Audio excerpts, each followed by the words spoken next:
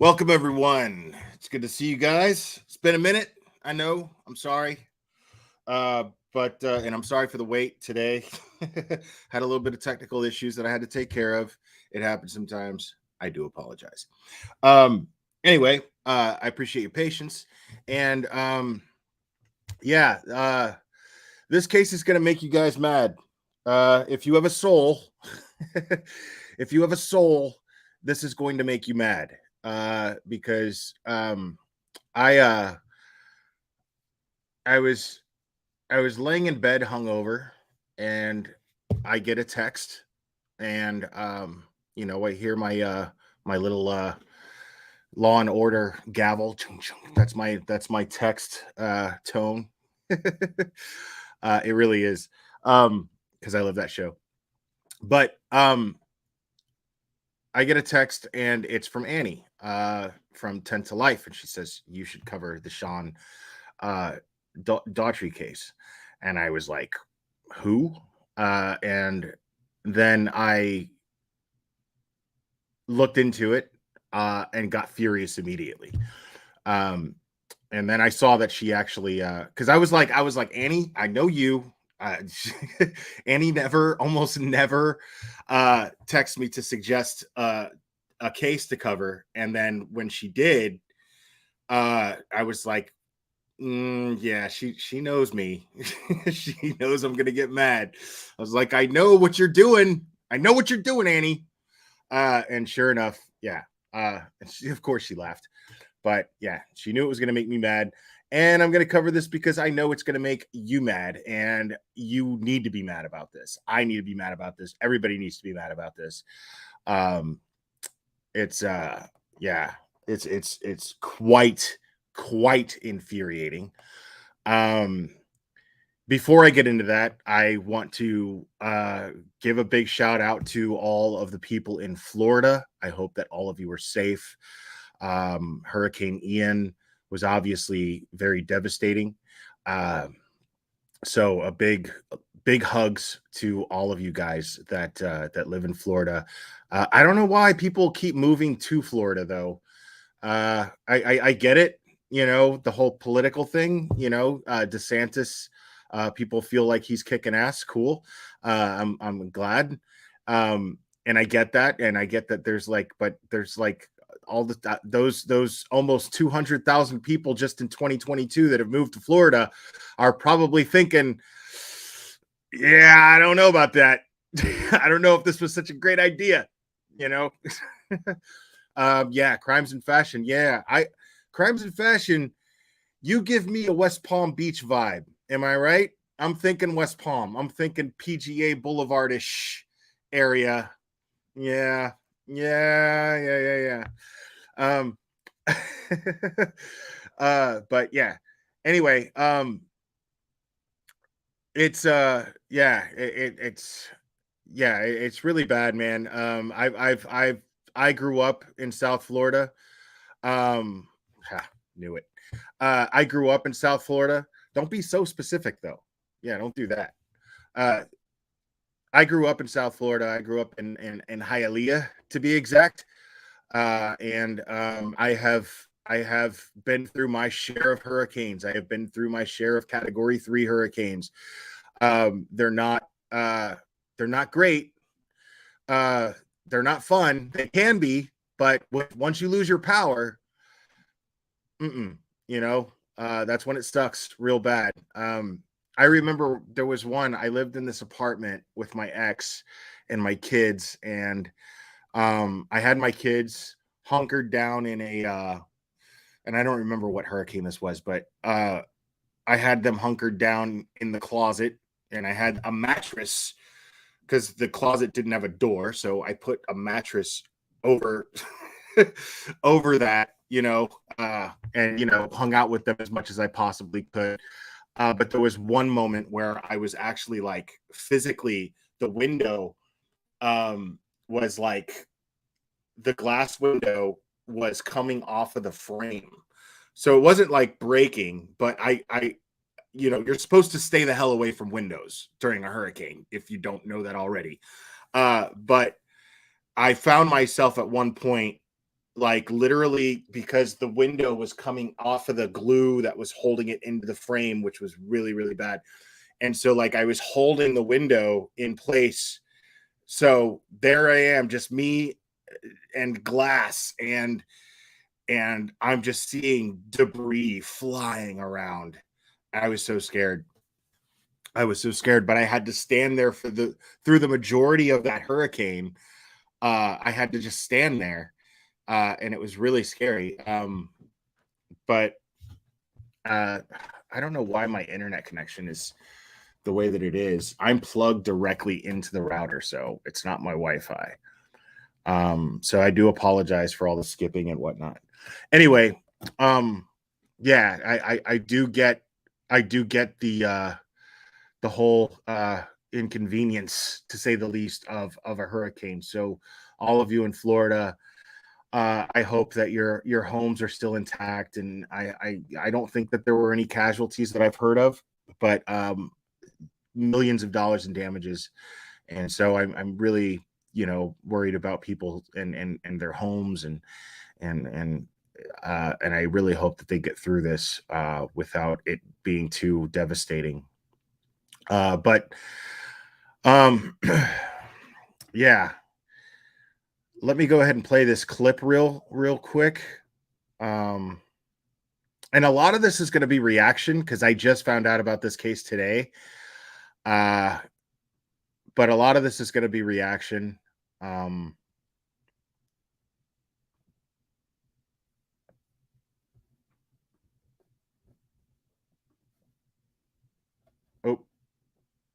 Media. And with these signs popping up all over the peninsula, the community wants answers. What happened to Sean? That's the question circulating social media. And with these signs popping up all over the peninsula, the community wants answers. Losing a child is just one of the worst things that could ever happen to anyone, and we would never wish it on people you didn't even like. Ramona and Jared Rivas say their 12-year-old son's death is suspicious. Sean Daugherty was found hanging from a swing set in his backyard on April 14th. They have several concerns, one of them being this. The EMT report states, quote, law enforcement responded to a residence for a suicide. When you arrive at the crime scene, the first thing you do is investigate crime because you don't know what it is. The Rivas family feels that there are too many questions from that day, to include the way Sean was found, with his arms bound to his sides, bag over his head, wearing his stepfather's clothes. They say he was shoeless, but his feet were clean. He had nothing on his feet, and the feet were totally clean. As to get to the swing set this far. The York-Poquoson Sheriff's Office addressing that in a video statement on Tuesday, showing this picture of the swing set, saying the ground was dry. The Sheriff's Office also said this regarding the investigation. Recent statements have caused concern in the community that the death of a 12-year-old on April the 14th, 2022 has not been fully investigated by the Sheriff's Office, and that there may be a killer in our area that poses a threat. Nothing could be further from the truth. The family doesn't agree, citing several reasons, to include Sean's lack of history of depression or suicidality, as shown in this autopsy report. We know there's got to be someone out there that did this. Let's find that person and bring them to justice, because Sean deserves it. I mean, he's such a great kid. He deserves to have justice for him. The Sheriff's Office also shedding light on DNA evidence, stating there was no DNA other than Sean's on the cord from which he was hanging. We can speculate. They can speculate, and all we're trying to do is put the pieces together. This community member, who didn't want her identity shown because of the backlash the What Happened to Sean social media site is receiving, says all they want is for the case to be re-examined. Really love to see those unanswered questions answered, and if that means bringing in an outside investigative service or a second set of eyes, then I don't see the harm in that. News 3 also reached out to the Office of the Chief Medical Examiner, who is responsible for this finding. Cause of death, hanging. The manner of death is suicide. They said, quote, when a family disagrees with the cause of death, our office gives the family an opportunity to present any new information that they feel is pertinent to our death investigation. The medical examiner will evaluate the new information to determine if the cause of death and/or manner of death should be amended. Stay with News 3 on air and online for any updates on Sean's case. In York County, Ellen Ice, News 3. Yeah, so I just shared in the chat the Facebook group that they were talking about. It's just basically a site that's asking a lot of questions. So all your news updates and everything like that are going to be there. And all the details that you need. Like I said, I'm going to be exploring this live with you guys. All I know are the ins and outs. I know that it was April 14th that the incident took place in York County, Virginia. And he was found, Sean was 12 years old, after he did his homework, after he made himself a snack. He was asked by a family member to watch his 2-year-old for about an hour. So there was only a 45-minute window where this took place, apparently 45 to 50-minute window where this took place. And when he was found, the toddler that he was asked to watch was apparently picked up, I think, by the mom, and was very limp, and under a pile of clothing. So the toddler was asleep, and when she picked him up, he was very limp and seemed very disoriented. Possibly, I'm speculating drugged, maybe. Apparently, the child was never tested for anything, but when Sean was found, he was found hanging by a shoelace type material that turned out to be from a motorcycle helmet bag belonging to the stepfather. It was like a string that is used to draw that bag. And he was hanging from the swing set, and his arms were bound to him by a belt going around him, and he had a nylon hood over his head, and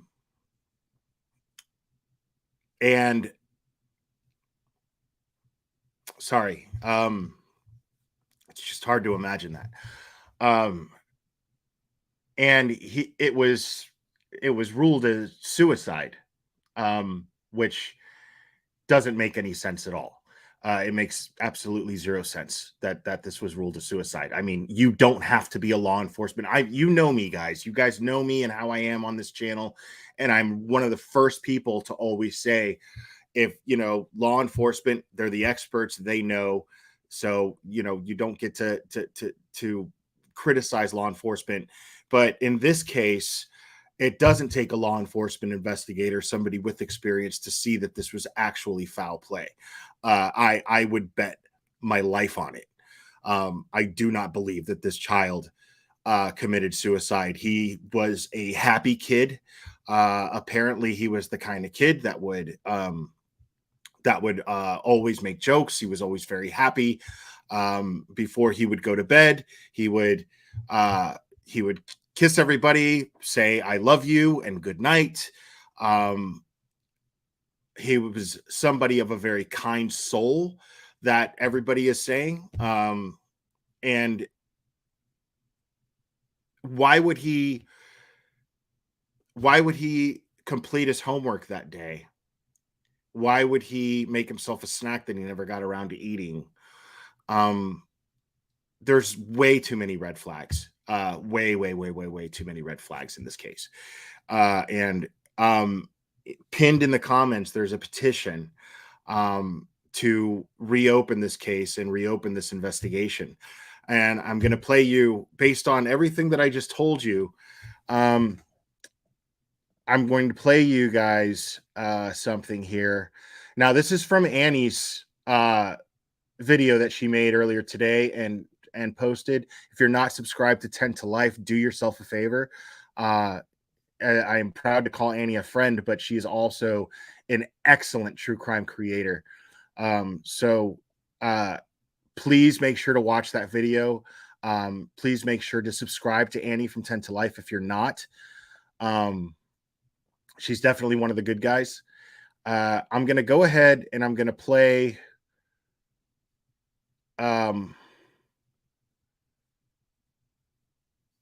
everything from Annie's video here. Sorry, I was queuing it up. But from Annie's video, we're going to hear this sheriff address people despite everything that I just told you. So trigger warning, this is going to make you pretty angry because it makes me extremely angry.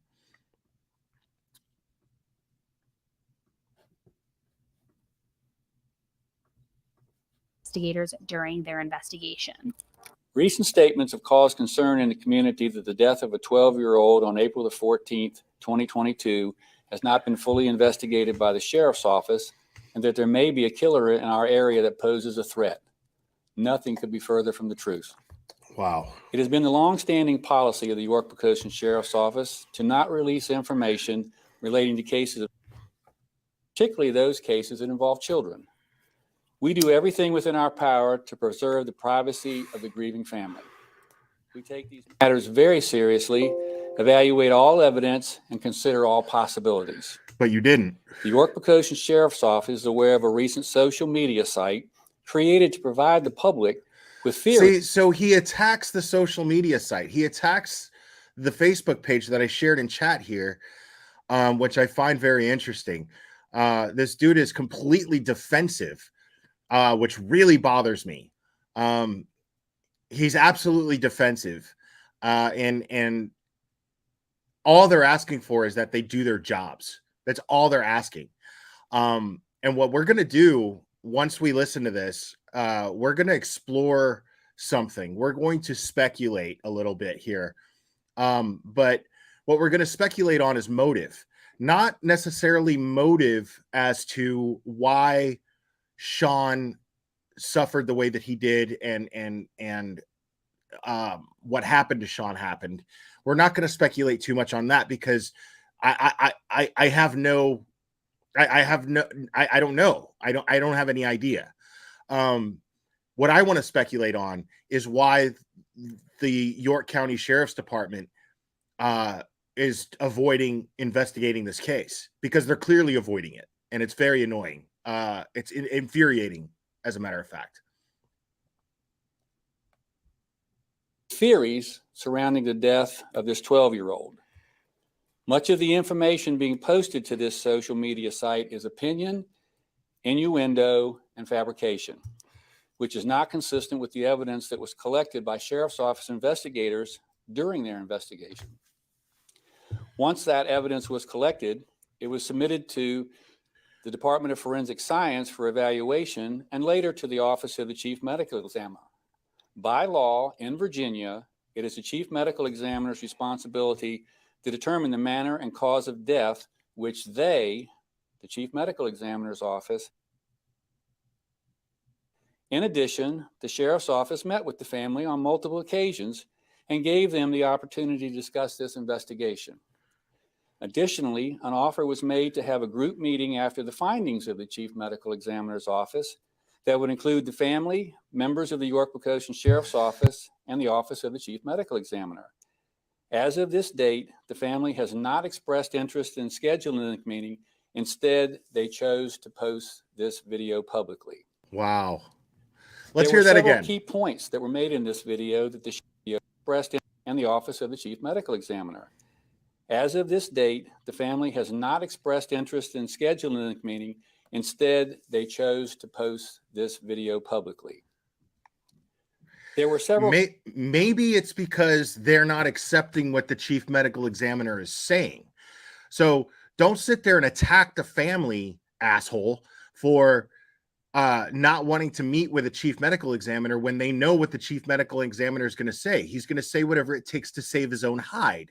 And he's going to be just as vague as you're being. So don't publicly attack this family for wanting answers and clearly having a sound reason for asking these questions.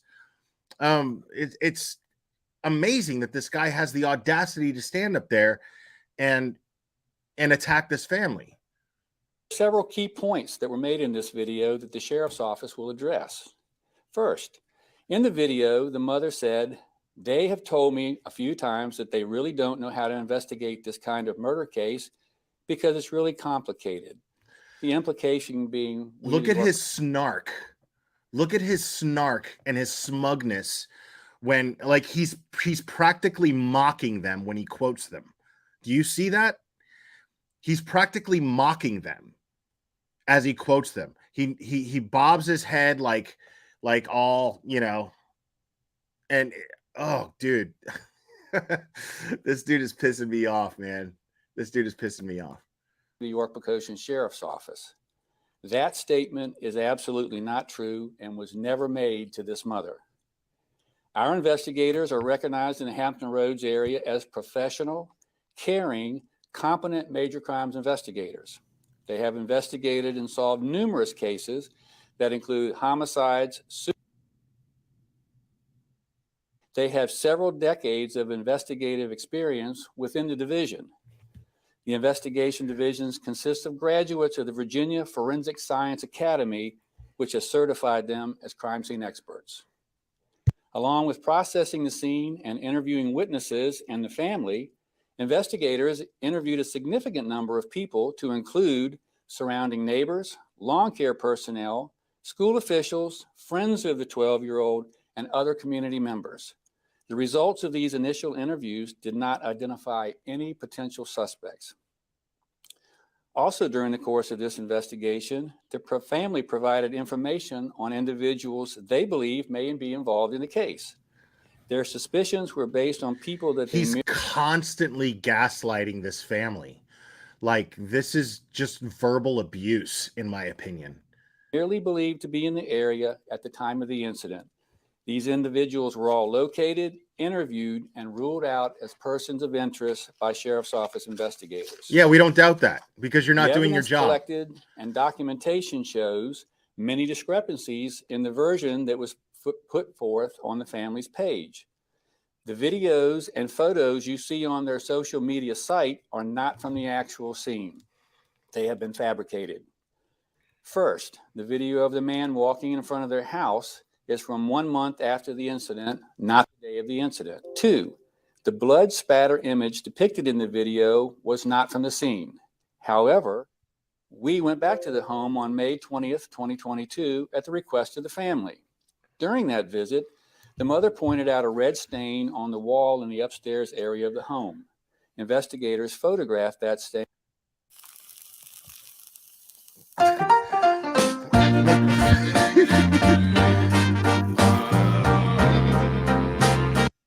Look at the kind of, Jesus, Annie. That's the kind of sponsors Annie gets, by the way. Annie's got companies that promote the what do you call it? The that promote the wacky lettuce. Annie. That stain on that date. Later, investigators reviewed the photographs that were taken on April the 14th, 2022, the day of the tragedy, and that stain was not present on that wall on April the 14th, 2022.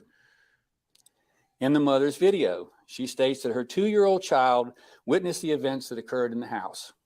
During a recorded interview on April the 14th, 2022, between the mother and Sheriff's Office investigators, she stated when she left the house that afternoon to take her mother to an appointment, the child was asleep.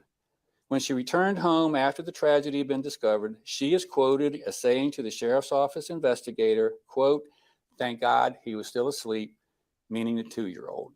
The information that she stated in her video about the 2-year-old has never been disclosed to the Sheriff's Office.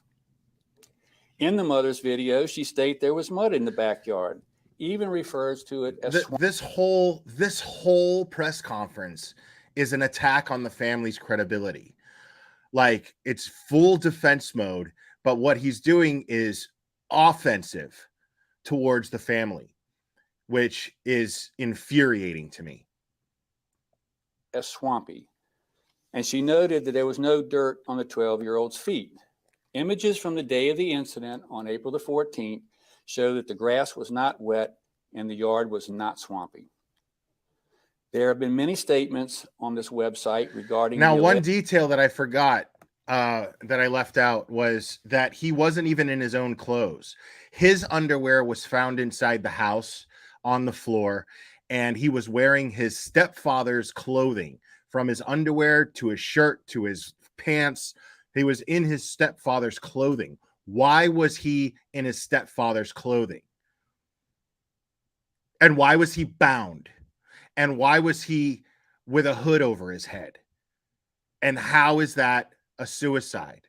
How could it be a suicide? How could a 12-year-old commit suicide in that manner, on top of the fact that he had just done his homework? He had fixed himself a snack that he never got around to eating. And this is all within a 45 to 50-minute window. The alleged staging of the scene. And the photo glasses of the smashed. backyard Yes. displayed on the social Yes, media and his glasses were found smashed too. site shows a swing set and a chair. It's important to note that the swings that are wrapped over the top post of the swing set and the chair were moved by York County Fire and Life Safety personnel in order to create enough space to render life-saving measures.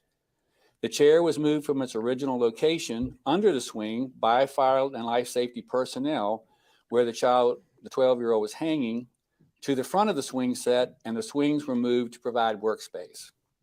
Our investigation determined that the chair was originally located on the deck at the rear of the home and was moved to the swing set area. Also, during the course of our investigation, DNA samples were collected from the cord that the 12-year-old was found suspended from. This cord was not a shoestring. It came from a motorcycle helmet bag that belonged to the stepfather that had been previously located in the garage. The 12-year-old's DNA was the only DNA found on this cord. Specifically, the DNA swabs were taken from the knot placed in that cord, and the only DNA on that knot belonged to the 12-year-old. See, what's funny is nothing that this guy is saying is resonating as credible to me at all, simply because they ruled this a suicide regardless of the details that we are already aware of. There is no fucking way that 12-year-old boy who was happy, who was well-rounded, had no mental health or emotional disabilities that we know of, or any emotional I don't want to say disabilities, emotional issues. We don't know. There's nothing to indicate any of this. There's nothing to indicate that he was depressed. There was no motive or reason for him to actually off himself. It doesn't make sense. It just doesn't make sense. And okay, so the motorcycle helmet, he's sitting here saying that there's no DNA except for Sean's DNA that was found on the cord that he used, the string that he used to allegedly hang himself. But why wouldn't if the cord was part of the motorcycle helmet bag that belonged to his stepfather, why wouldn't his stepfather's DNA be on that? So that just tells me that they didn't do a thorough DNA analysis. I don't know. I'm not an expert, but why wouldn't they find the stepfather's DNA on that? Why only his? In the video, there's an allegation that members of the YPSO, the York Poquoson Sheriff's Office, washed blood from the 12-year-old. At no point did any member of the Sheriff's Office clean or remove any blood from the scene or the child. At the hospital, investigators placed bags over the 12-year-old's hands prior to him being transported to the medical examiner's office. This is common practice to prevent the loss of any potential trace evidence. Based on the fact that the family was telling us that neighbors had information that they were providing to the family about possible suspects, Our investigators went back to interview those neighbors, and none provided any additional information or new investigative leads. There is a statement in the mother's video about the unusual location of the 12-year-old's underwear. The clothing that the 12-year-old was wearing when he was located that day belonged to his stepfather, to include the stepfather's shirt, pants, belt, and stepfather's underwear.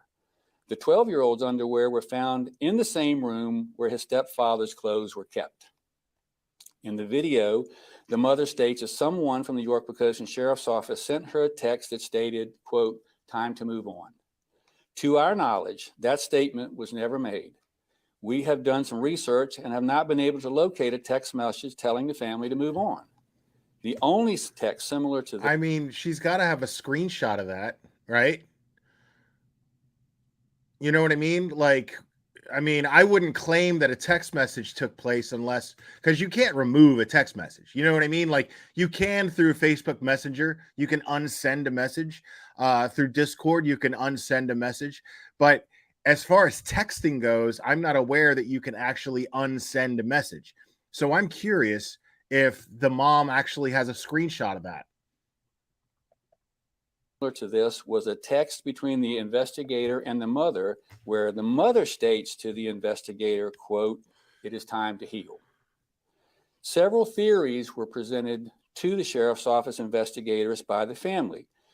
The first theory provided to the family about what happened that day stated that they believed that this was a burglary, and during the burglary, their 12-year-old was sexually assaulted and murdered. However, Sheriff's Office investigators found no evidence of an intruder, and laboratory and medical evaluations of forensic evidence sent to the laboratory found no signs of sexual assault.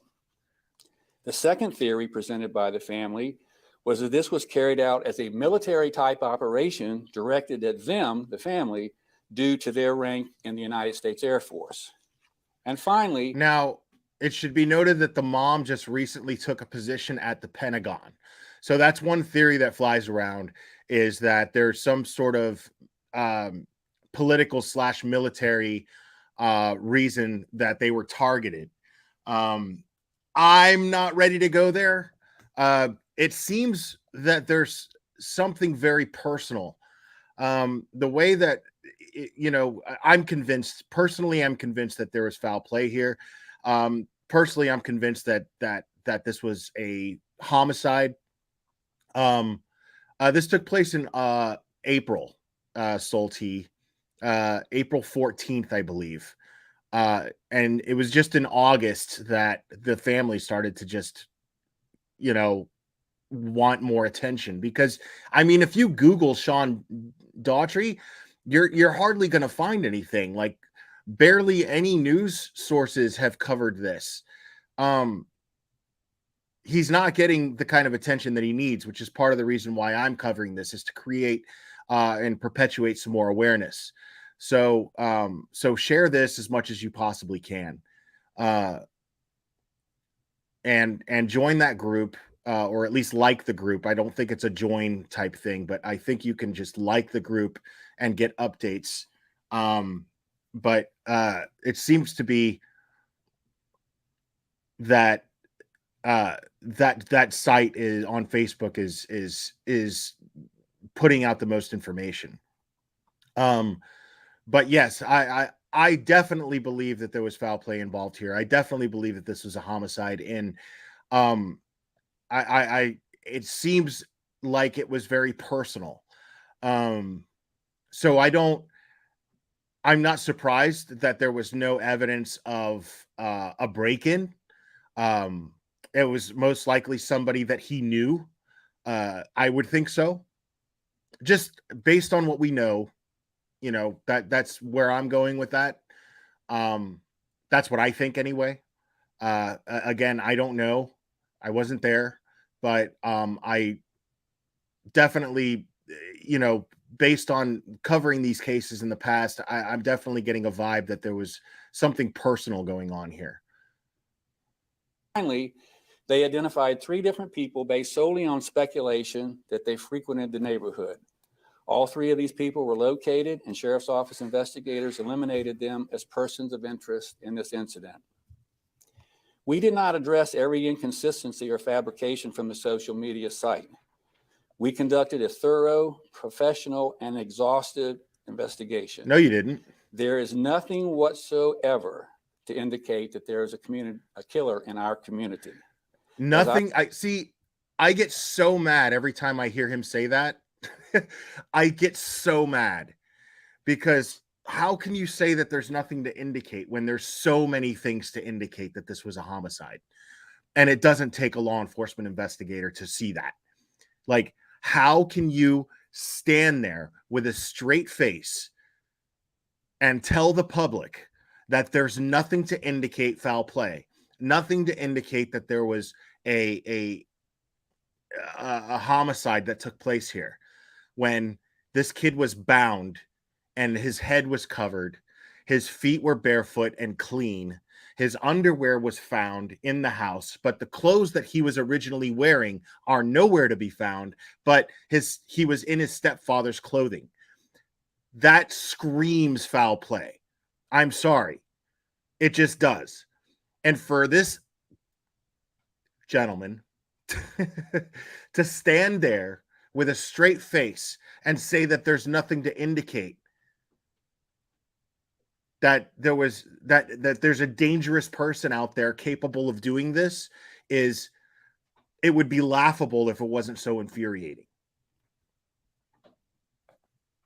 As I stated at the beginning, the cost of traditional therapy made it difficult for me to get help when I needed it the most, even though I knew of this video, it is our policy not to discuss these issues in public, particularly when they involve children. However, the social media site has caused great concern within our community. We still extend an invitation to the family to meet with members of this agency and the Office of the Chief Medical Examiner to discuss the results of the autopsy and our investigation. So this, of course, did not sit right with the family, not at all. And they are requesting that a different agency investigate this. So I'm curious to know, what do you guys think happened? Do you think this was truly Sean's doing or something more sinister? Nope. Something more sinister. Definitely something more sinister. Yeah. Very, very infuriating to even suggest.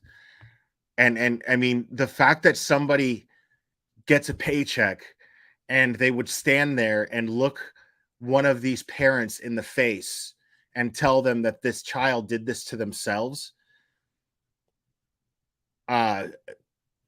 Yeah. So yeah, I well, okay. And Yaya Kelly, I don't like GoFundMe's.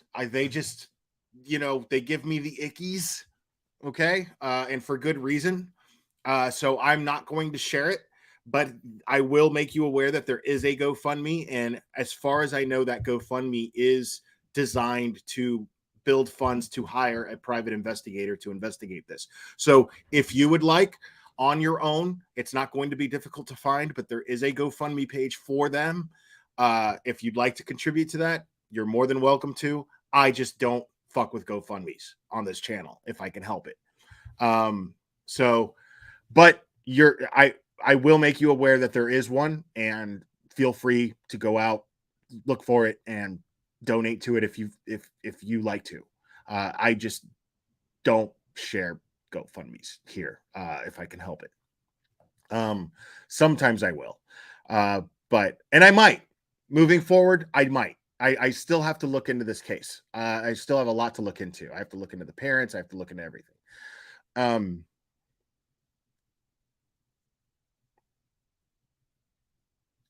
Yeah, why were his glasses smashed? On top of that, I'm going to explore this page a little bit while I have you guys here. Let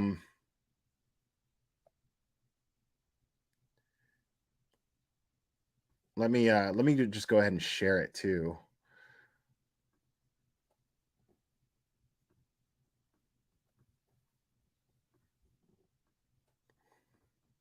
Okay.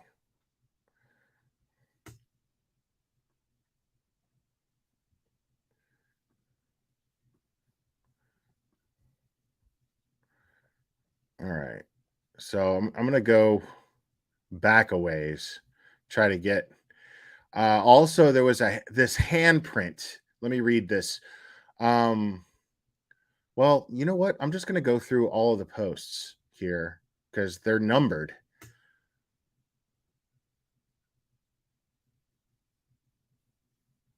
Okay, that's it for that. Here's a picture of Sean's mom holding him as a baby when she just delivered him. Imagine discovering that you were accidentally pregnant with another couple's child. That's what happened to Carolyn and Sean Savage from Ohio with two teenage sons. They decided to try something different, find out. I don't know what that means. And I don't know what this is. This Tucker Carlson thing is. What happened to Sean? And I guess there's a podcast here.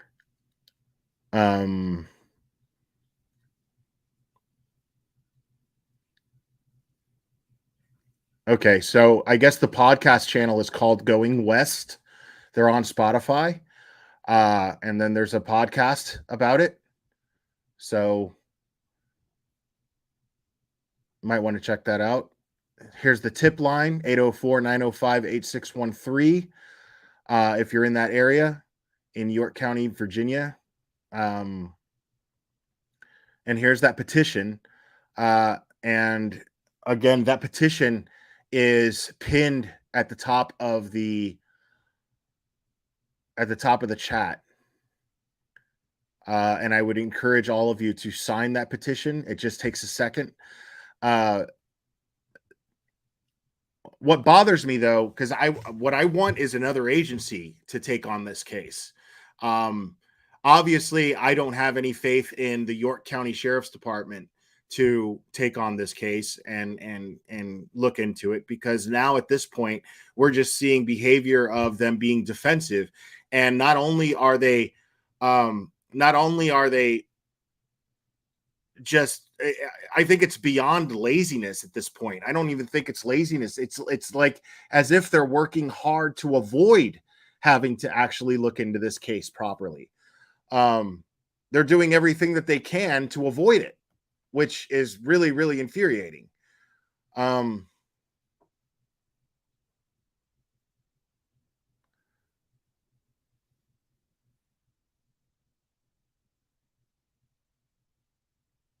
Okay, I don't know who Sean Ash is.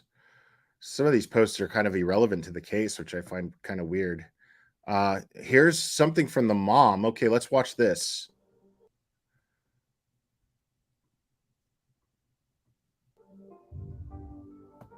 They have told me a few times that they really don't And know. I'm sorry if the volume isn't loud enough. This is as loud as I can get it, so I apologize in advance.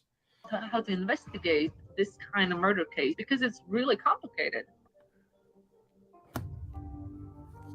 They don't have the experience. They have never seen something like this before. Then please do me the favor and turn it over to the state police or FBI, who do it all the time. Right. Turn it over to another agency.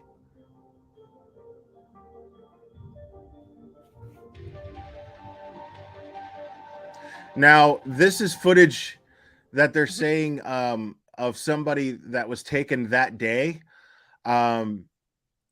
walking through the neighborhood. So they're trying to get an identification on this guy. But the York County Sheriff's Department, in that press conference, that sheriff said that was not taken that day, that the family is mistaken and that's taken from another day.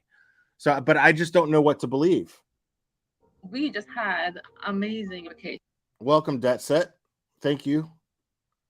He just got back on a Sunday. It was the reward for the kids. He had got all A's. He was in a very good spirit. It was like a regular day. And my mom. And I want to shut down just in case anybody's wondering if the parents had anything to do with this. They would not be pushing for a new investigation if they had something to do with Sean's demise. So I just want everybody to get that out of their head before anybody starts speculating on whether or not the family had some sort of motive. They would not be pushing for a new investigation. They would just quietly sit back and accept this suicide ruling. So I'm not buying that they would have had anything to do with this. So I just want everybody to get that out of their head if they have that.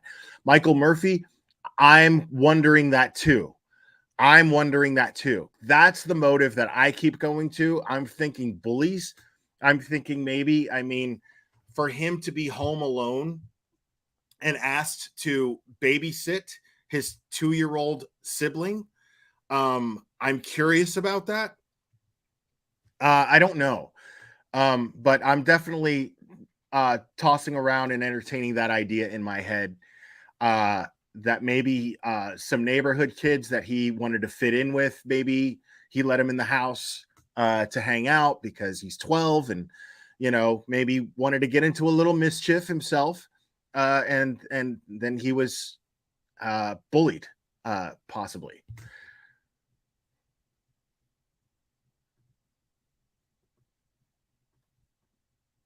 Comes out, she's like in a hurry.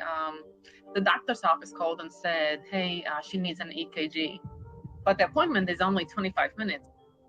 It's a safe neighborhood. And she said, Mom, don't worry, I got it. I love babysitting.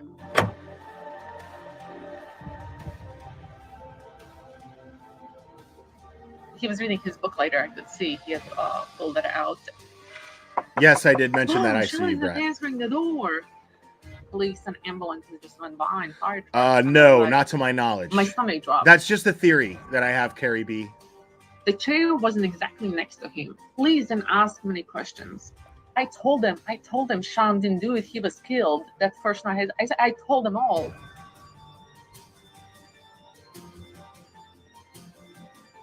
I need to see where's my youngest one. He was like exhausted. I'm guessing off base, Betty, MCW, because I would assume that it would be a military police jurisdiction type thing. I think that the military police would be investigating this if they were on base. So I don't think that they were on base, but that is an excellent question. Good doll. He opened his eyes. He was all sweaty. It looked like he had been crying. Personally, I think that he woke up from the hustle and bustle, what was happening. I saw all kinds of stuff in the house that was out of place. I froze because I was like, that's a huge handprint on the door. That's not Sean's. Hand was not from the outside, but from the inside. And it was the left hand. I saw some splatters that seemed like small blood things. See, I find that fascinating because in a very sad way, because the handprint, since nobody's actually investigating a homicide, what I'm thinking, because I think about shit like this, can you imagine how traumatizing that must be for that family to live in that house? And if I were part of that family, if I were an adult in that home, I would be making sure that that handprint is preserved just in case my prayers are answered and a new law enforcement agency takes on this case. Can you imagine having to preserve that handprint on the window all this time just out of hope that a law enforcement agency, a fresh set of eyes, takes on this case and then will run prints off of that? I can't imagine. And so they can't clean that window. They just have to have that handprint there all of the time to remind them what happened to this poor little boy. Blood things that I asked them to collect. Sean definitely had blood on when I did the picture on his hand, but the officer, she washed it off. The belt was tied around my son. Now, law they said, oh, law enforcement denies all of this. law enforcement denies that they washed off any blood off of Sean. I want to hear this again real quick. Sorry. Seemed like small blood things that I asked them to collect. Sean definitely had blood on when I did the picture on his hand, but the Okay, so she's saying that when they took photographs of him and she saw these photographs, she's saying that Sean definitely had blood on his hand, but she's claiming that law enforcement washed it off. Now, in that press conference that I just played from 10 to Life's video that she made, they're absolutely denying that there was any blood and that any law enforcement officer washed it off. Officer, she washed it off. The belt was tied around my son. Oh, they said, oh, he probably tied it himself and all that. So why there was no DNA on the belt? 4 weeks later, taking fingerprints. 4 weeks later, after we raised hell. 4 weeks later, going around the neighbors asking if they saw anything. I screamed in the hospital saying my son was murdered because there's something really wrong. When I walked into our bedroom, I literally almost walked onto Sean's underwear. They were there. Sean never, ever in his life has taken his underwear off in my bedroom. There's no reason for it. And it was across from... So that would indicate to me that he's not in the habit of wearing his stepfather's clothing either. Because where else would he change his clothing? He would change his clothing in the master bedroom where the stepfather's clothing would be. Yes. So people are asking, is he in the habit of that? I don't know whether or not he was, but that statement would indicate to me that he probably he was not in the habit. My husband's clothes. The belt belonged to his stepfather. My husband's drawers were opened up because Sean was dressed in my husband's clothes. So 4 weeks after the fact, fingerprints were taken off of the dresser. 4 weeks, people. So was the ambush in his room then, and then he dragged him, or they fought all the way to our bedroom? So he was interrupted. That's a good question. I'd like to know that too. Did they wrestle to get up the stairs? Did they fight their way up? I don't know. I think that someone saw something, and I think not just one. I think a couple people saw something, but I know there was no real investigation. If you ask the parents to find the person who did it, and we are not investigators, there's a problem. They're asking me to find the person. We don't want to investigate, just say it.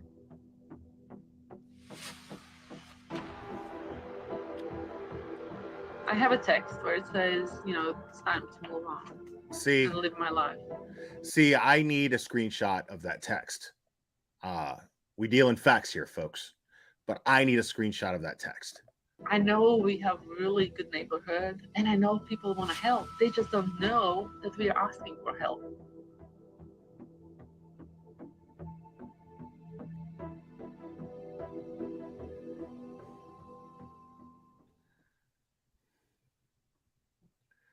All right.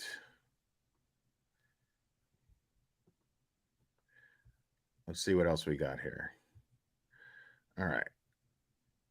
So this is the third post. On April 14th, 2022, Sean got off the bus at about 3:02 p.m. and walked the distance of 2 houses to his front door. Viha, the grandmother, was home watching the youngest brother, but was in a rush.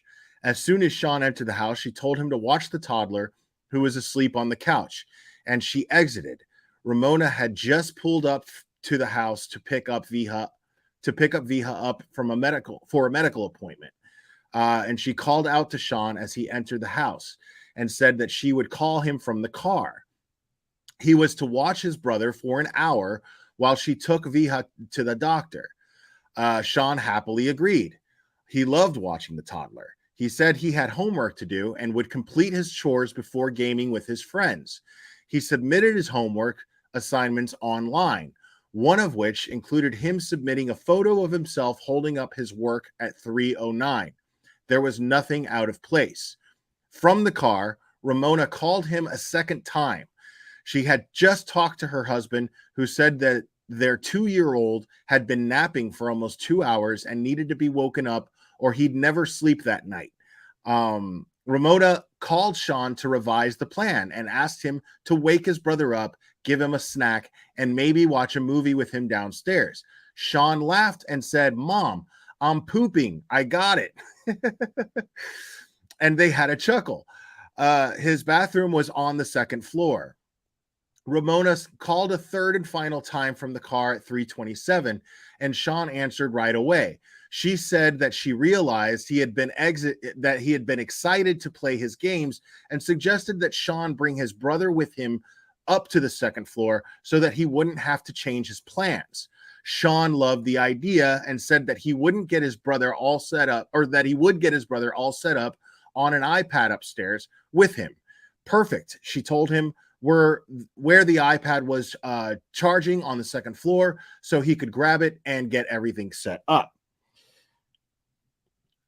But first, before he woke his brother, he needed a snack. He took some jarred peaches out of the fridge, which is the picture now. Yeah, I guess so. That's weird looking. It looks like an unpeeled orange.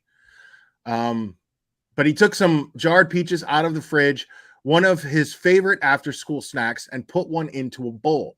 Sean's chore was to take the trash out, and we believe at 3:30 p.m., his alarm went off as he was preparing his snack, and he went upstairs quickly to complete his chore. He gathered the trash for the 2 upstairs bathrooms and came downstairs to gather the trash in the kitchen. This is where things get weird. The kitchen trash was never taken out. His Crocs were found next to the trash in the kitchen. No one in this house was ever barefoot. And in fact, Sean had a strange thing about being barefoot. He never walked around like that. He couldn't stand it. What happened as he was gathering the trash? So I'm guessing by the names that on his mother's side, Sean is Hispanic. That's a Hispanic household. Sean's grandmother is named Vija. His mother's name is Ramona. And in Hispanic households, we call being barefoot descalzo. So I remember my grandmother constantly going, "Oye, niño, ¿por qué está descalzo?" Which means like, why are you barefooted? Like, it's, at least in my household, the way that I was raised, you were not supposed to walk around the house barefooted. You either wore socks or you wore slippers or you wore shoes. And you don't wear shoes without socks. So my grandmother was very big on that. I remember that vividly. So it doesn't surprise. I don't know how common that is in Hispanic households. I just know my household was very Hispanic growing up, and it was frowned upon to walk around barefooted. So this goes on to say Sean's 2-year-old brother recalls only that there was a friend chasing Sean around and punching him. He also said the man touched his arm. Was someone in the house? Who? Ramona's last call before she entered the appointment was the last time she or anyone spoke to Sean. He never logged in to play Fortnite with his friends. He never took the iPad off the charger for his brother. His Crocs were found upside down next to the trash, and the trash was never taken out. On the counter sat an untouched jarred peach. So that's the peach right there. So that is a jarred peach. Okay, jarred. I was thinking canned. Okay, so all right, that makes sense now. So the 2-year-old claims that that there was somebody chasing him around the house and punching him. And could be a man, but remember, this is coming from a toddler. A 2-year-old barely knows how to talk. So the specifics are going to be questionable coming from a 2-year-old. But if he says a man, it could be an adolescent, an older person, someone who simply happens to be older than Sean. Let's move on and see what else there is. Okay. All right. I guess there's shirts and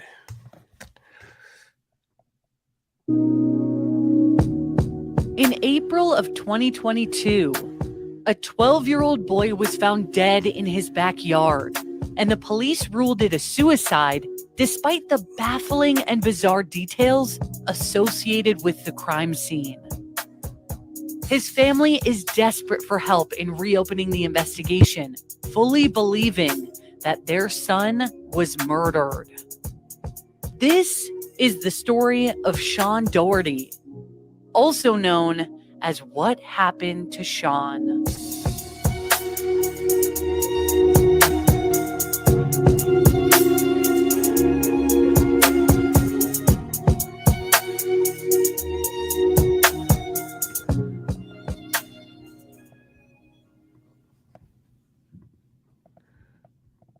all right. So that's that podcast. I guess the podcast is called Going West. All right. So here's another post here. I'm going to read this out loud. The ambulance pulled away and Maria was left in shock and distraught in the driveway. 2 officers were left at the house, a male and a female, and they were waiting for detectives to arrive to begin the death investigation. AJ and his mother, Jamie, began to console Maria, talk to the officers on scene, and help with the toddler. The distressed call came from Ramona. The distressed call from Ramona came in on, came in on Jamie's cell regarding the men's clothing and a potential intruder in the house. Jamie ran to tell the officers what Ramona had said, and they told her they would take a look. They searched the house and did not find anyone inside. A few moments later, a detective arrived and asked to question Maria. Jamie sat beside Maria to supervise the questioning, and Maria began to detail what she saw. Almost immediately, it was clear that the detective thought it was a suicide. The detective asked if Sean had ever tried to harm himself, and Maria said that she didn't think so. He asked if she had ever seen any marks on his neck, and she told him he might have had a scratch the week before, but she thought it was from one of the younger boys who is autistic and often grabs necks. He asked if Sean had any problems at school, and she said that he had an issue with 3 girls at school who had been teasing him around Christmas, but that was months ago. 3 girls at school who had been and the issue was resolved. He had friends and had been on a Disney cruise the week before and was high on happiness as a result. Sean had given no indication of depression or suicidal ideations. She could not recall anything out of the norm. She insisted several times that the position Sean was located in would indicate that he had been harmed. It was unnatural, and it didn't look like the position one could put themselves in. He was hung and dangling near the ground, so much so that he could have stood up fully at any time. That's interesting. She described her account of events in as much detail as she could, as she was still in shock. She sat with AJ and sketched what she saw, but the investigators did not take her sketch. Wow. Jared arrived home to a swarm of marked and unmarked vehicles and people he didn't recognize. He parked and headed straight for Maria and hugged her and whispered in her ear, "I love you." With tears in her eyes, she told him that she loved him too.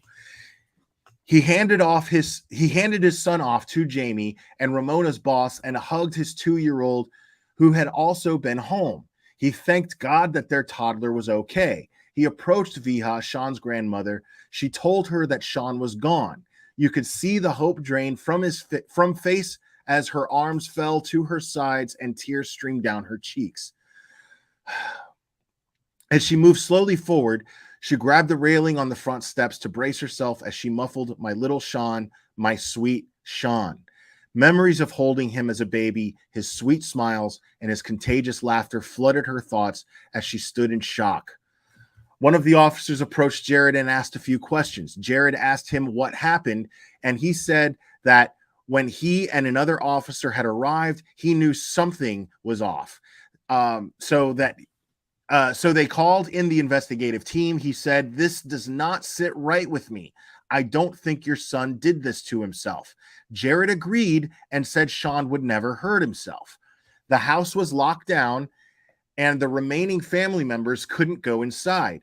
One neighbor and an older gentleman who lived alone, the one with the non-operational cameras, brought a folding lawn chair so that Viha could sit. He hugged Viha.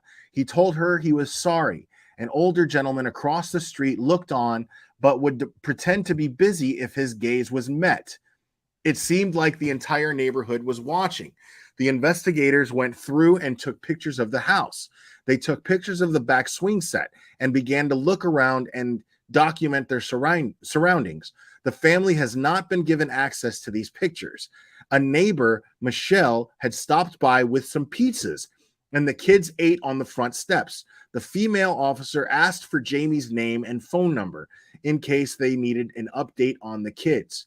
Jamie gave the officer her cell phone number. While loading up the car to transport the kids to another location, a female neighbor walked over and insisted on talking to Maria. She was really skittish, and Jamie kept telling her to leave.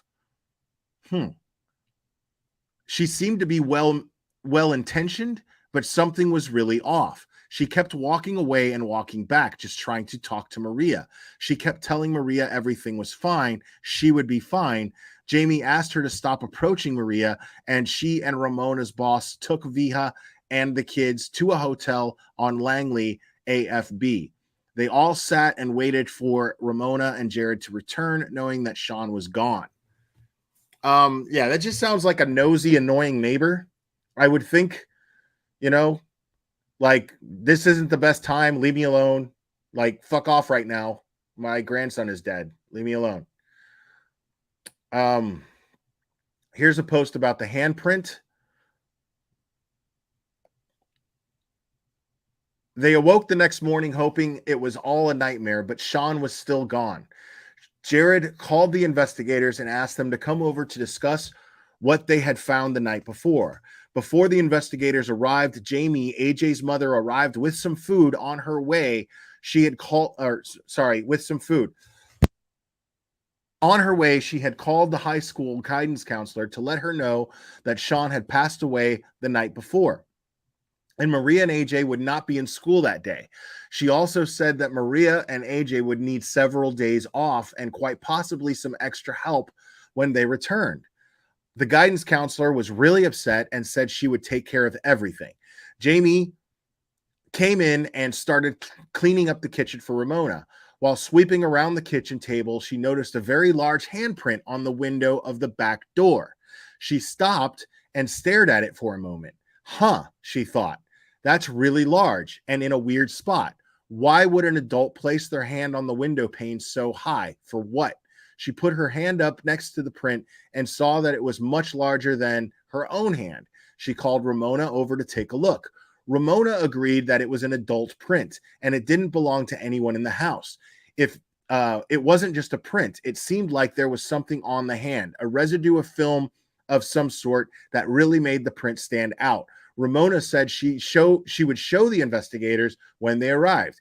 At that point, Ramona showed Jamie the garbage bags with the bluish handles, and they both went through all the boxes of trash bags in the house.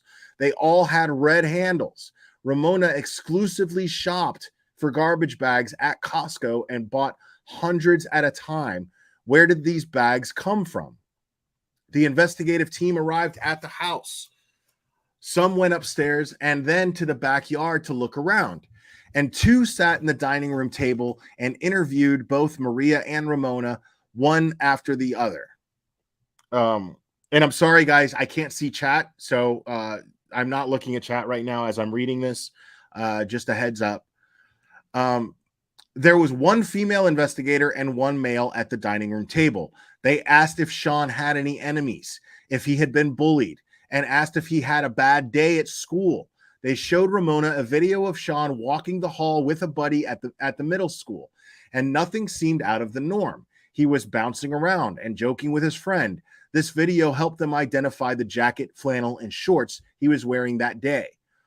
The selfie he took when he submitted his homework identified the shirt he was wearing, but they weren't given that picture from the school until about 3 weeks later. The jacket and flannel were found hanging together in the house. But okay, so so his clothes were recovered. All right. So the jacket and flannel were found hanging together in the house, but they could not locate the shirt and shorts. Okay, so his shirt and shorts were never found. They stayed for about an hour questioning both Ramona and Maria about Sean and his state of mind on his last day.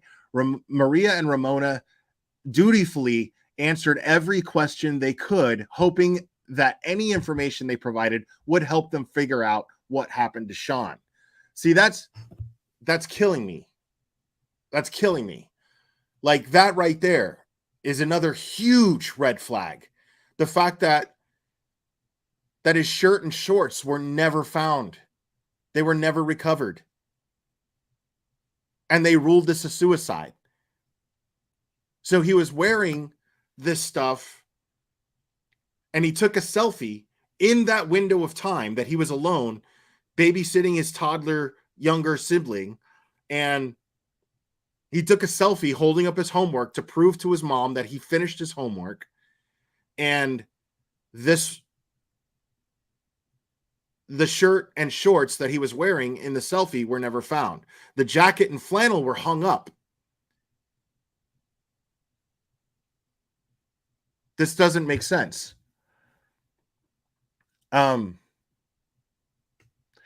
They had taken Sean's iPhone, laptop, and iPad the night before.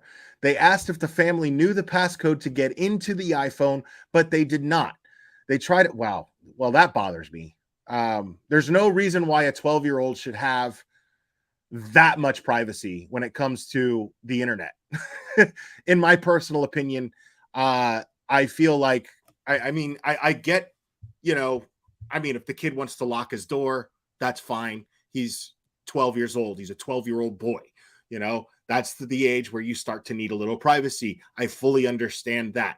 But a 12-year-old, there should be access by at least one of the parents to get into his electronics. So it bothers me to some degree that they didn't have his passwords to get into his electronics.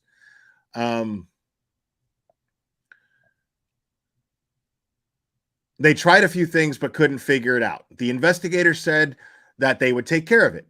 Ramona asked if they were going to talk to Sean's friends. They said they would. She gave them contact information for his close buddies. Jamie was washing dishes at the sink and eavesdropping. She couldn't help but think that they were not taking the family's concerns seriously, as each response from the investigators seemed to poo-poo the family and circle back to suicide. She was confused as to why they weren't acknowledging the family's concerns. Yeah. So from the get-go, the way that they're making this out to be, from the start, they're saying that, well, BB, you got to take into consideration that he was a very responsible kid. I'm sure that he earned that kind of trust. And when you think about because I get it. I thought about that too. You know what I mean? I get it. A 12-year-old watching a 2-year-old, opinions can vary on that. But I'm not seeing anything too wrong with that, considering if this 12-year-old has proven to be extremely responsible. And also, like I said, they seem to be constantly checking in with him. So, there's that one point where he responds to his mom and says, I'm on the toilet. You know what I mean? Like, give me a break. So, I could see a situation where it's like, okay, we're only going to be gone maybe an hour. So, as long as he's doing his homework, the toddler's asleep, and as long as he keeps his eye on the toddler, everything's fine as long as we continue to check in. And I think that they continued to check in. So, and it's also not uncommon to hire a 12 or 13-year-old neighborhood kid to babysit kids. It happens. So I understand the concern of that, but I also understand the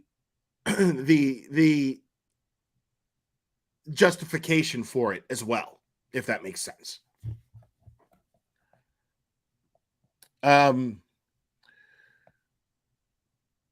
Jamie was washing dishes. Okay, I already read that part.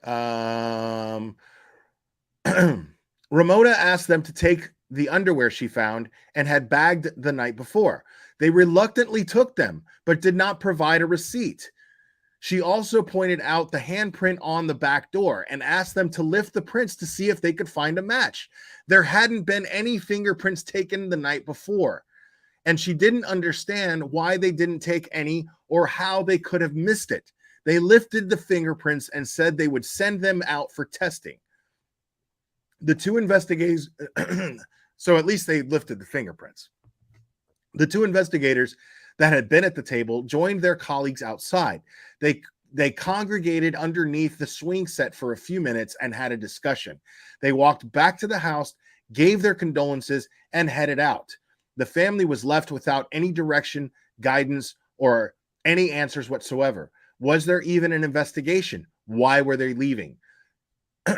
Ramona and Jamie went into the backyard and looked around. They both found themselves looking up at all of the houses with second floors and that could peer directly into the backyard and see everything. They counted six houses with a direct line of sight into the yard at all times from the second floor. Who was watching? Ramona called the FBI. A few weeks later, the lead investigator would tell them they did get a good print from the lift of the hand, but they weren't any matches in the system. A month later, when they came back for more prints, they said there weren't any good prints lifted and therefore nothing viable to test. The family does not know if the initial handprint was ever sent out for testing, and they haven't been given any documentation to support that it was. Sean's underwear were also never sent out for testing, and they don't know what happened to those either. Wow.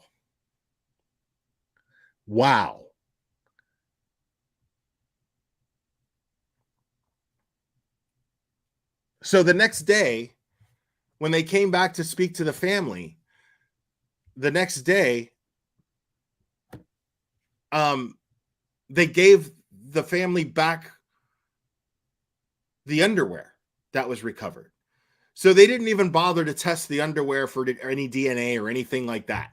They didn't even bother. And then they gave back the underwear because there's no way that in one day they sent this underwear out for testing and then waited for results and then came back. There's no way that happened in one day. So they didn't even bother to test this underwear, which really bothers me.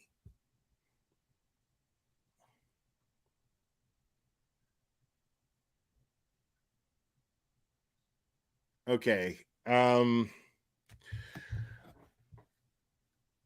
The 20-minute drive to the hotel on Langley AFB lasted an eternity for Ramona and Jared. Shock and confusion were setting in. Ramona would painfully cry out for her son as she came to terms with reality. They mustered up whatever strength they had left and made their way to the hotel room to reunite with the rest of their children. Long hugs and kisses were exchanged, and it was clear that no one knew what to say. Jared's phone rang and walked away to take the call. Ramona scooped up her youngest son, who had been bouncing around on the hotel beds, and asked him what he did with Sean today. He said a friend came over and was punching Sean, and then proceeded to demonstrate punching motions with his fists. Jared finished his phone call and announced that the investigators had cleared the house and they could go back in. It was practically midnight how they could be done so soon? Did they even want to return to the house without him? A family decision was made to return to the house, and they packed up and drove home. Now, before I continue this, I have to point out, guys, I would encourage, based on everything that I'm hearing here, I would encourage any of you, if anything, God forbid, anything like this happens to someone that you love and police investigators come over, I would highly, from learning what I'm learning from this, I would highly recommend videotaping all of it. Taking your phone and just videotaping everything, every interaction with law enforcement, everything. I would highly recommend that because this really bothers me. Obviously, this is just an account, but law enforcement is denying all of this. We just watched that condescending jackass of a sheriff stand there and deny all of this. So God forbid, if anything like this happens to any one of you, please make sure to video document everything.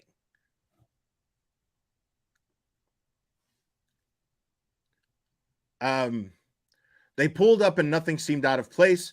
The neighborhood was eerily quiet, and from the outside, their house looked untouched. It was hard to believe that anything had even happened. Was this real life or just a bad dream? They grabbed the kids and walked inside. Now, another thing that I'm seeing here, why wasn't the 2-year-old, if the 2-year-old is a witness, okay? Because obviously the 2-year-old at some point woke up and told the family member, told his family members, his parents, his parental units, that a friend was in the house and was punching Sean and throwing punching motions, right? Punching Sean. Why wasn't this kid given a forensic interview by detectives that are trained to do this? Now, maybe that police department is not trained in that.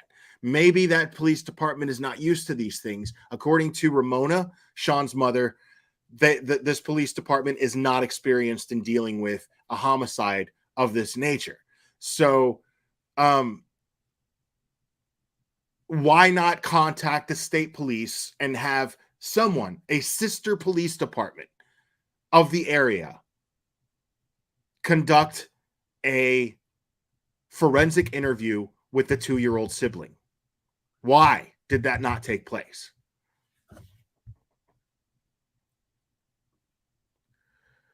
A few things immediately felt out of place, but they couldn't quite pin it down. Everyone gathered in the living room as they all tried to think about next steps. Ramona went slowly into the kitchen and noted the peach in the bowl on the counter.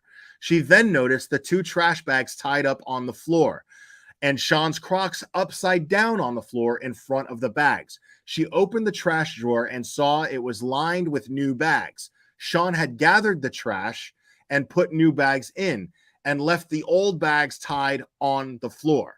She pointed this out to Jared. She also noticed 2 additional garbage bags on the floor, all ripped up. She picked one up to take a look. Strange, she thought. Those aren't ours. The bags she picked up had bluish handles, and she only bought bags with red handles.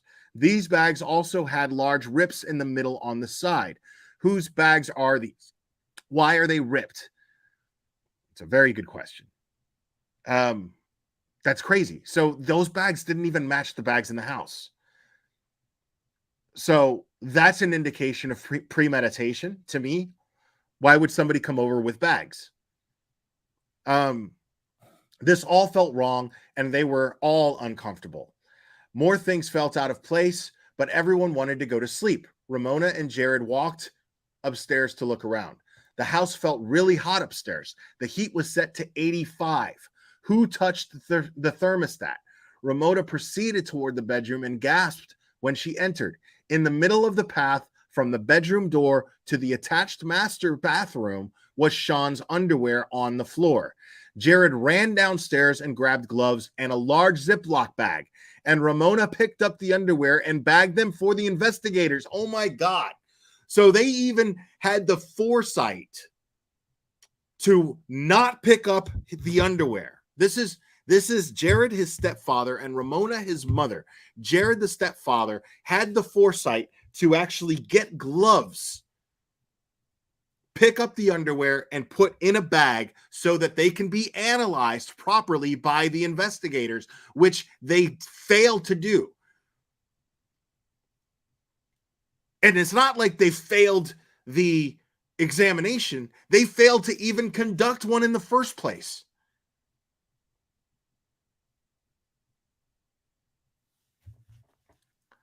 So this was really puzzling. Why would Sean's underwear be on the floor in their room? Jared's dresser drawers were also open. What happened in this room? Jared called the police immediately and asked them to send a patrol car because they didn't feel safe.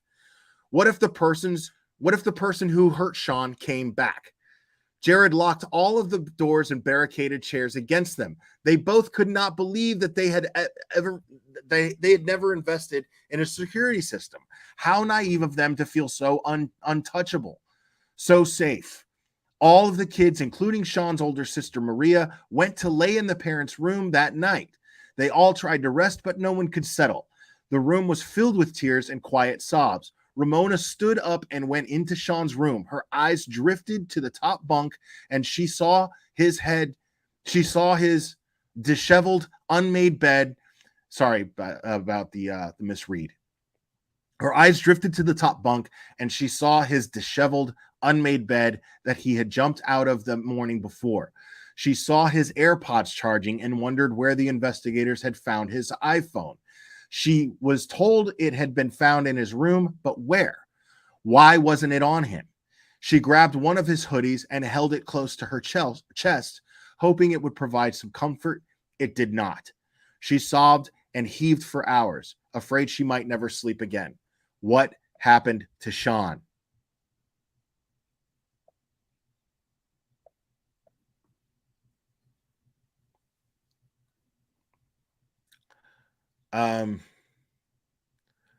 Where is Sean? Maria, Sean's older sister, had been at her tennis match after school. She was rushing home because her boyfriend AJ and his mother were picking her up to go to his lacrosse game. When she got home, the front door was locked. She rang the bell and knocked, and no one answered. Where was Sean? He was supposed to be home. She called her mother, Ramona, who told her to call Sean and advised that he was probably gaming upstairs. Maria was frustrated. She was in a rush. She called Sean twice and texted 3 times at 4:50, but there was no response. She decided to run around back to try and enter through the back door, and that's where she saw him. She froze at that moment, entering a state of shock as she tried to process what she was seeing. Jesus, I can only imagine. A person was hanging. A person was hanging from their swing set unnaturally with a bag over their head. She looked around, trying to figure out if she could get into the house before this stranger got to her. But she realized the figure was not moving, nor was it facing her. Utterly confused, she scanned the yard to make sure she wasn't alone and locked eyes with a landscaper mowing the neighbor's yard, who was also very puzzled and just standing there. Suddenly confident since she wasn't alone, she came within a 15-foot radius and called out, "Hello," but there was no response. Thoughts chaotically ran through her mind as she tried to process what she was seeing. The hands and legs looked so familiar. It was Sean.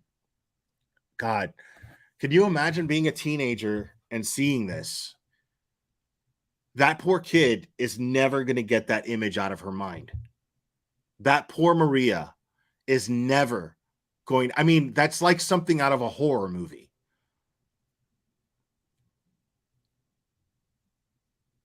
Seeing something like that image is never, ever, ever going to leave her mind. And she may never get closure. She may never get justice. And that's just the teenage sister.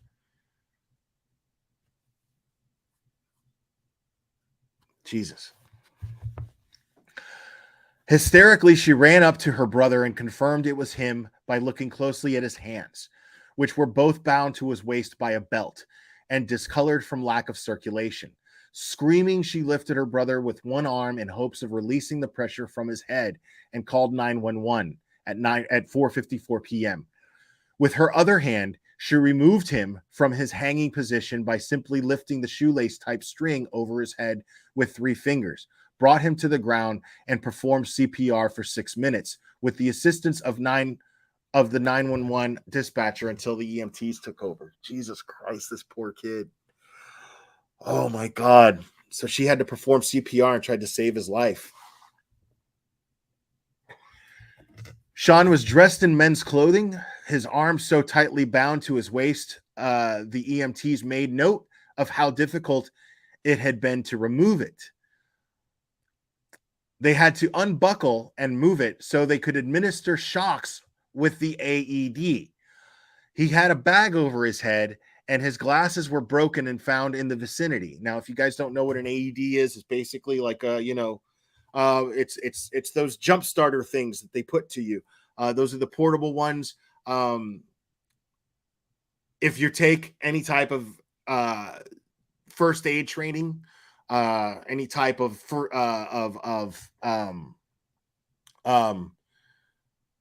CPR training, usually a workplace will have the AED there, and then you'll take a course to be certified to be able to use it.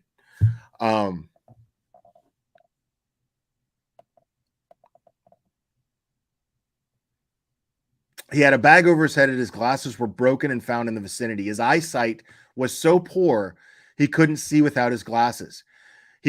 How could this clumsy 12-year-old suspend himself in such an awkward position with a bag on his head while his hands were belted so tightly to his waist without being able to see? So this belt was so tight around him that the EMTs even made note that they had a hard time removing the belt. That means to me, what that means to me is that this belt was so tight, because what's going to happen is you have to tighten it to a certain degree to remove the notch, to remove the locked notch on the belt. So you still have to tighten it a little more to get that notch off. So it was so tight that they had a hard time tightening it more to get the notch removed. How could he have possibly done this to himself? He was suspended by his chin, not his neck. At any point, he could have stood up and saved himself, but he did not. His feet were dragging on the ground, and his bent knees were mere inches from the ground as well. In fact, normal hanging injuries weren't present. It looked like he had been killed elsewhere and propped ornamentally outside, displayed in men's clothing and suspended like a doll. His knees were so close to the ground that you could see the bottom of his feet, and they were clean. How could he have perfectly clean feet if he had walked barefoot from the house to the swing set through their swampy spring yard?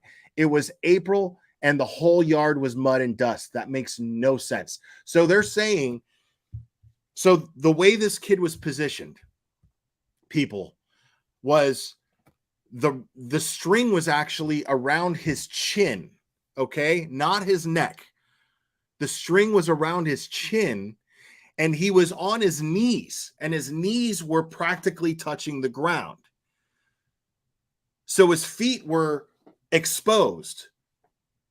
His feet were exposed. The bottoms of his feet were exposed. And so his knees were practically touching the ground. So at any given time, in an instinct to survive, had he hung himself, he would have done so from a higher position. Anybody would have. But if he had done this self-inflicted, if this was self-inflicted, in an instinct to survive, there's nothing that would indicate to me that a 12-year-old in an instinct, or any age, in an instinct to survive, would not try to stand up. So there's no evidence to indicate that he died from that hanging, because it was around his chin anyway. It wasn't even around his neck.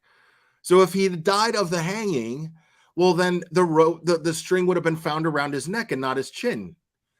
I mean, it doesn't make sense. He would have absolutely stood up, Ray. He would have absolutely stood up. I'm going to continue reading, guys. Ramona arrived home from the appointment to find her house swarming with emergency medical personnel, and she jumped out of her SUV and ran toward the commotion. She saw them working on Sean, and in that instant, that life she had lived ceased to exist, as Sean's body jumped through the air with each shock from the AED she knew. They were too late. And I'm sorry if this is so triggering, guys. It's very triggering to hear. Through heroic efforts from Maria, they were able to get a heartbeat, but there wasn't enough electricity to sustain it. Oh my God. They would find out later that Sean had actually been gone for some time, and there was no chance he could have been revived. A belt that completely immobilized his arms and hands, a bag over his head, broken glasses suspended by the chin, clean feet dragging with knees almost touching the ground, a string so thin and loose it didn't even need to be cut, men's clothing, and Sean was gone.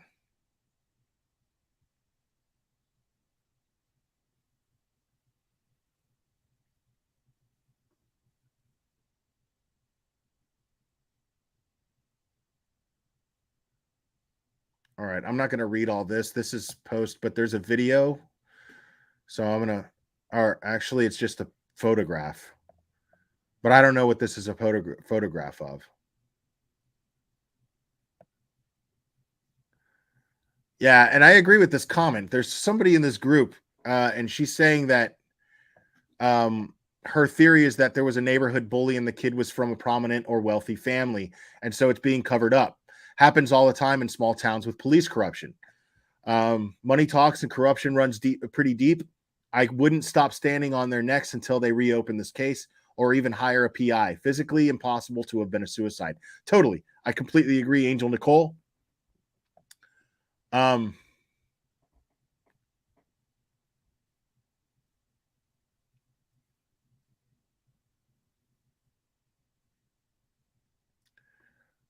me go ahead and read this.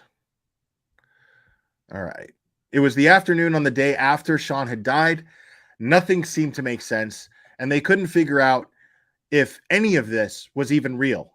Before the investigators had left that day, they had advised Ramona and Jared against disclosing details of the incident to anyone. Okay, wow. So they're telling the parents to shut up, which is super shady. Rumors were flying as neighbors whispered about what had happened on Sandalwood Lane. Why wasn't this on the news? Concerned community members called the sheriff's office and were told that there was nothing to be afraid of. The sheriff's office sent investigators to the high school to assure the staff that there was no threat to the community. An enormous amount of time and energy was directed toward controlling the narrative on the day after the death rather than toward an investigation. Wow. The investigators had called Jared a few times that day to talk about the items that Sean was dressed in and also about the bag that was found on his head. They explained that it was a silver gray bag with a black shoe on it. Immediately, now, shoe being shoey, that's being a motorcycle helmet brand. Immediately, Jared thought of the old motorcycle helmet bags he had in the garage in a pile for Goodwill. And he and Ramona went out into the garage to see if they were missing. There was one missing and one still there, but missing the string. Someone had taken the string out of the two bags to suspend Sean, but left the second bag in the garage. This made them really uneasy. Jared and Ramona are both in the military, and every military family knows how much equipment each member accrues over the years. Sean knew there were boxes and duffels of rope, cords, and military grade 550 paracord all over the garage. If he needed an actual rope, he knew where to find one, as the family used them often for various projects. It seemed like someone literally opened the door to the garage in a rush and grabbed the first thing they could find. They also noticed that a bunch of their boots in the garage had been partially unlaced. Had someone tried to take the laces and realized they wouldn't work? Did they try to put boots on him? Sean also had his own drawstring gym bags in his room. Why would they not use one of those? Or why would he not use one of those? Why would he not grab a necktie while allegedly dressing himself in his stepfather's clothes? The choice of materials baffled them, and rightfully so. The investigators asked Jared about the clothes found on Sean. Ramona had taken pictures of Sean that night and in the hospital, but only of the dress shirt he was wearing. They didn't have any pictures of denim pants, as they were not on his body. When he was brought into the ER, the investigators described the pants to the family, and they sounded like a pair of Jared's jeans, but they were never shown a picture of either of the pants or the belt. They have never identified them. Wow. And have still not been able given access to that discovery. That's insane. That's insane. Like, they're totally covering this up. Why weren't the investigators canvassing the neighborhood? Why weren't people being asked for their security footage? Shouldn't we be pulling every camera on the lane to see if there were cars or walkers in the area at that time? Why wasn't anyone doing anything? As the afternoon rolled by, Jamie left to go to school. Or, sorry, I misread that. Jamie left to go gather her own children from school as she stepped outside to leave. She received a call on her cell from the investigator who would question Maria the night before. He asked her if she had remembered him, and she said yes. He told her that this was an open investigation and that she was not to speak to anyone about the case. He told her that meant no calls, no gossip, and no social media. She started to feel sick. He told her that he had been flooded with phone calls that were impeding his ability to do his job. She hadn't spoken to anyone other than the school guidance counselor that morning. She had spent the night that Sean died laying awake in bed, wondering how she would ever let her kids walk or ride in the neighborhood again, praying that her security system covered every inch of the house. Were they really not going to tell the neighbors what happened? Why was this all a secret? Jesus. Oh my God.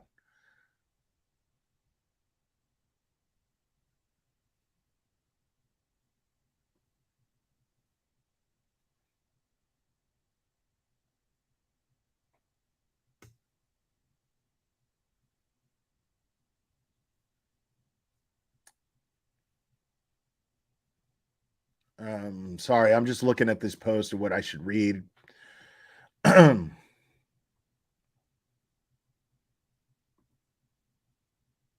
going to play this news clip.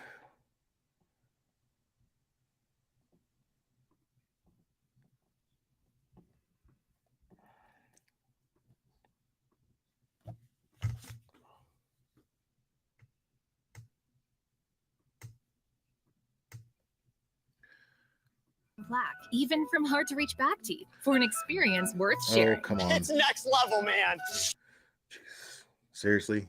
Like, What happened to Sean? That's the question circulating social media. And with these signs popping up, I think I all already over the played this, but I'm peninsula, going to play it the again. Community wants answers. Losing a child is just one of the worst things that could ever happen to anyone, and we would never wish it on people you didn't even like. Ramona and Jared Rivas say their 12-year-old son's death is suspicious. Sean Daugherty was found hanging from a swing set in his backyard on April 14th. They have several concerns, one of them being this. The EMT report states, quote, law enforcement responded to a residence for a suicide. When you arrive at the crime scene, the first thing you do is investigate crime because you don't know what it is. The Rivas family feels that there are too many questions from that day, to include the way Sean was found, with his arms bound to his sides, bag over his head, wearing his stepfather's clothes. They say he was shoeless, but his feet were clean. He had nothing on his feet and the feet were totally clean, as to get the swing set this far. The York-Poquoson Sheriff's Office addressing that in a video statement on Tuesday, showing this picture of the swing set, saying the ground was dry. The Sheriff's Office also said this regarding the investigation.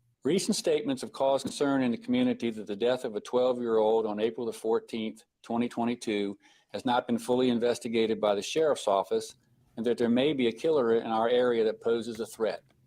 Nothing could be further from the truth. Wow. The family doesn't agree, citing guy several sucks. reasons to include Sean's lack of history of depression or suicidality. He's the as shown stepdad, in Michael this Murphy. autopsy report. We know there's got to be someone out there that did this. Let's find that person and bring them to justice, because Sean deserves it. I mean, he's such a great kid. He deserves to have justice for him. The Sheriff's Office also shedding light on DNA evidence, stating there was no DNA other than Sean's on the cord from which he was hanging. We can speculate, they can speculate, and all we're trying to do is put the pieces together. This community member, who didn't want her identity shown because of the backlash the What Happened to Sean social media site is receiving, says all they want is for the case to be re-examined. Really love to see those unanswered questions answered, and if that means bringing in an outside investigative service or a second set of eyes, then I don't see the harm in that. News 3 also reached out to the Office of the Chief Medical Examiner, who is responsible for this finding. Cause of death, hanging. The manner of death is suicide. Wow. They said, quote, when a family disagrees with the cause of death, our office gives the family an opportunity to present any new information that they feel is pertinent to our death investigation. The medical examiner will evaluate the new information to determine if the cause of death and/or manner of death should be amended. Stay with News 3 on air and online for any updates on Sean's case. In York County, Ellen Ice, News 3. Yeah, there's no way. Like, so that petition is pinned to the top, and Perfectly Imperfect just drop that link to the petition. Please not only sign it, it just takes a second, but share this. Because I can't imagine what this family is going through. I mean, just the mere circumstances of how Sean was found scream homicide. Just the mere circumstances. There is just no way that that was a suicide. There is just no way. This is a 12-year-old kid. This is a baby. So I mean, on every social media platform that you have access to, that you have a profile on, please share that petition after you sign it. Share it everywhere.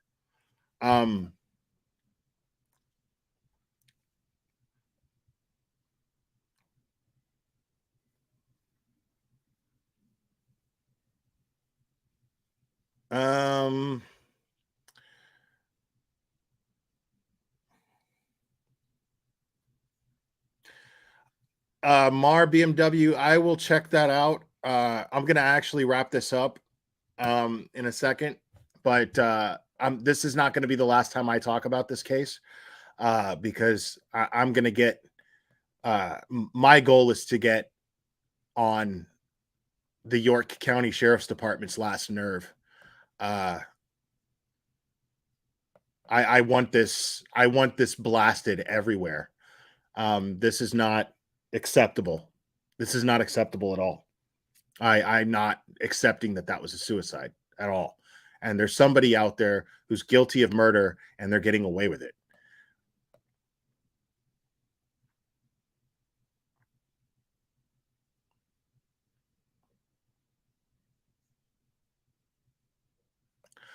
Well, that's the thing. The autopsy report, I don't know what it's like in Virginia. I don't know what the law is there, but I don't imagine that they would release the autopsy results to the public.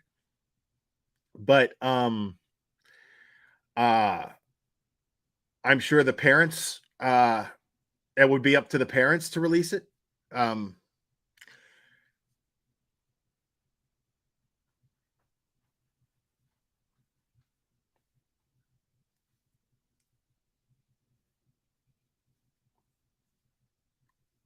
Yeah, I would encourage anybody with a YouTube channel and you discuss cases to please cover this and go over as much of the details as you can, and just create awareness. I would really, really appreciate it.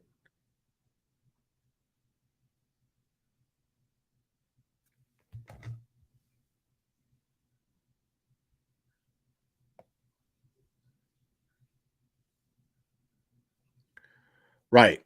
Yeah. I mean, I feel like because of that reason, it's almost futile uh, to to even look at the autopsy because, yeah, the medical examiner is probably, you know, instructed to rule it whatever they ruled it as.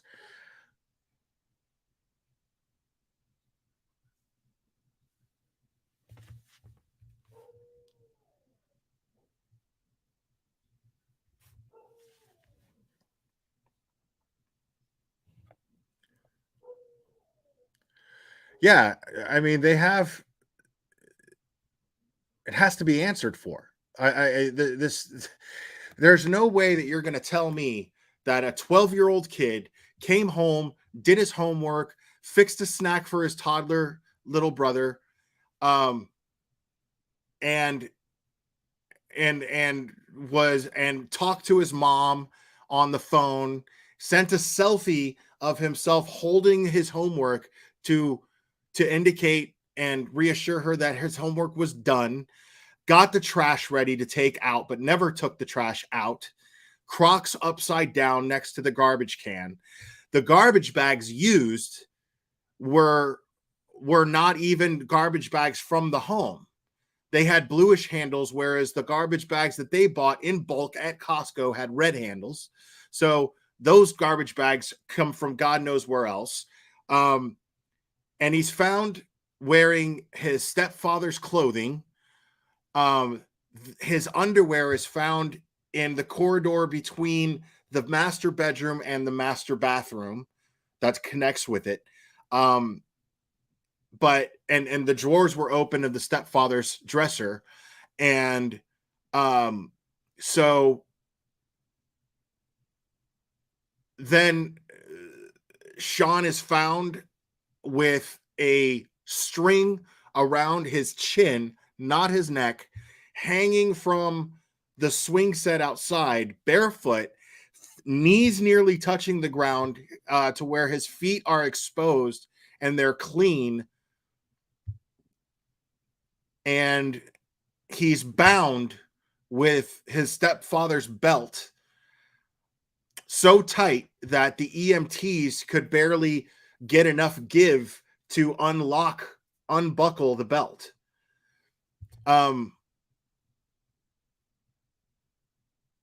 So it doesn't make sense. Like, there's no way that you're going to convince me that that was self-inflicted. There's just nothing you're going to tell me that indicates that that was self-inflicted. And yet his shorts that he was wearing to school and his shirt that he wore to school was not found. Just disappeared.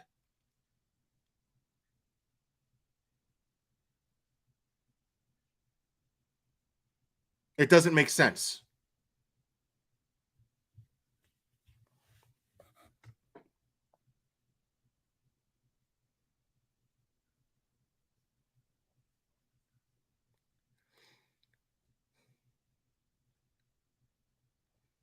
Oh no, yeah, Cash Gurn and Justice Family. Yeah, there's the family are the ones that are screaming for justice. They're the ones that want the investigation open. But I wouldn't have any faith in the York County Sheriff's Department at this point. They're going out of their way to say that it was a suicide at this point. They're on complete defense mode to the point to where they're publicly shaming the family and saying that they're crazy. They're not using those words, but that press conference that we watched that sheriff held was basically just gaslighting this family the entire time and making them out to be like they were imagining everything. And yes, I agree with you. I said that earlier. The toddler should have had a forensic exam, a forensic interview. Absolutely. That was never done. The underwear was never analyzed. No investigation took place here. None. And there's just red flags just screaming that this was a homicide, left and right. Everything about this says that this was a homicide. And you don't have to be a cop to come to that conclusion.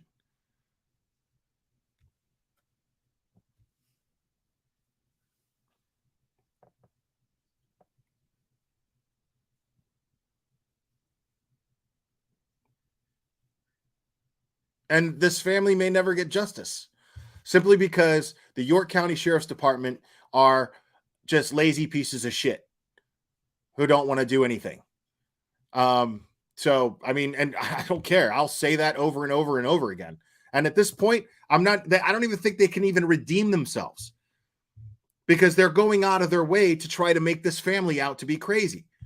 Like they're imagining these details.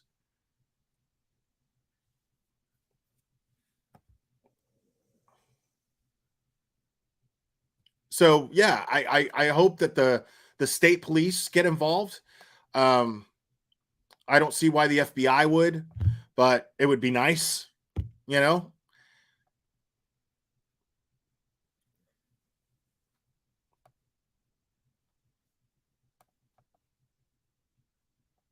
Well, thank you guys for listening. I really appreciate you guys listening and taking the time. Once in a while, man, a case comes along. Because Annie texts me and she's just like, you should cover this. And then I was just like, if Annie recommends that I cover something, it's because she knows it's going to piss me off. And Annie was right. I'm pissed off. So, yeah.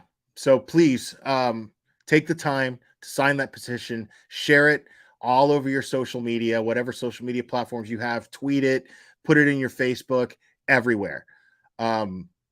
So I really appreciate you guys joining me and listening. You guys are the best. I love you guys very, very much. And we will do this again very soon, my friends.